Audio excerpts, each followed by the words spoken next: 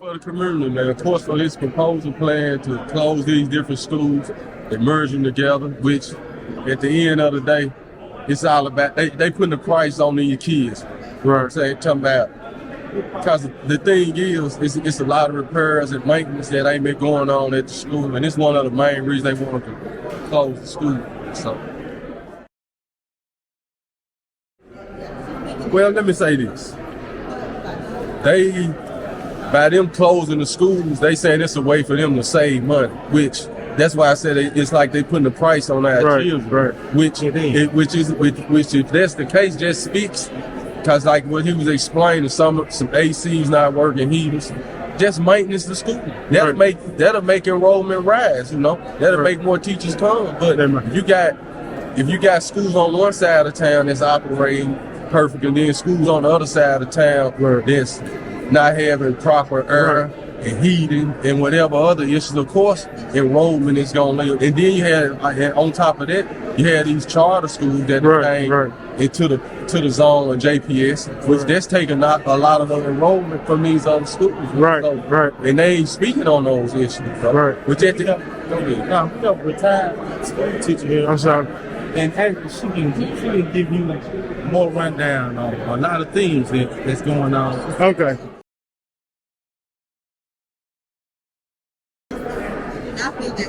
Complicated question, but as long as there are charter schools that are unregulated by the state of Mississippi, those charter schools report to a private board for charter schools. Everybody else has to report to Mississippi Department of Education. Yeah. Students leave JPS and go to those charter schools. The money from JPS goes over there. Okay. Those students get kicked out from those charter schools. The money doesn't come back until next fiscal year. Okay. That money does not come back to the school until the next fiscal year. So the child comes back to the classroom where they came from. Right. That teacher is not going to get that money. For that particular student until the next year. But he's not going to be in the room next year.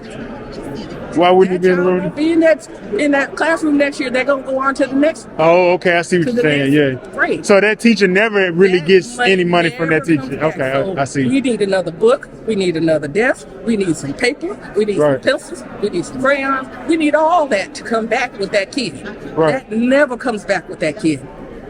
Never. Right. It stays right over there. They don't have the child anymore. Right. The child is back sitting in Miss So-and-so or Mrs. So-and-so's class. Right. None. Because guess what? They take the money. They don't have to follow any. Let's just say theoretically for the student. Is there anything positive about it? They have to follow no rules. You have people that don't have teaching licenses in those schools. They're teaching our kids. And some of those kids, sorry to say, and some of those teachers, dumb as a bag of books that they haven't read. I know personally friends of mine that teaches this one right over here on Northside Drive. Right. He is not certified in anything. So they have unqualified teachers. Uncertified teachers teaching at these charter schools. And guess what? Where's my paper? Flip it around for me. Madison County, 0 charter schools. Clinton, 0 charter schools. Ridgeland, 0 charter schools. Byron, 0 charter schools. Rankin County, 0 charter schools. They put them all where the black kids are. They're all here. They're all in Jackson. They're all here. Unless you want to travel all the way up to Clarksville, they up there. Unless you want to travel down the road to New Orleans. That's all charter schools now. They ain't took all of them. I know there are problems, but reallocation can be done. I'm sorry, when I was at Wingfield High School, I had room for 38. If I was to squeeze it in, I had 45 kids in one classroom. I didn't have room for 45. Right. We were pulling up chairs to the side of the desk. How 2 kids gonna work at a desk this big? Right. Well, now see, that's the thing, because I'm hearing that inside of these charter schools, they're going to be smaller classrooms. They are smaller classrooms. So they're saying that is going to be a But plus for the child. It's not a plus for the child if the people that are teaching don't know what they're teaching. Yeah. They need They to don't? go to school like No. all the rest of us did, Okay. and test to make sure that you are certified in the Right. area that you're teaching. Right. You need to learn what you are teaching Right. before you try to teach it to somebody else. You can't Right. teach what you don't know. Right. Everybody show up these last 2 meetings. Fill the When building. are the meetings?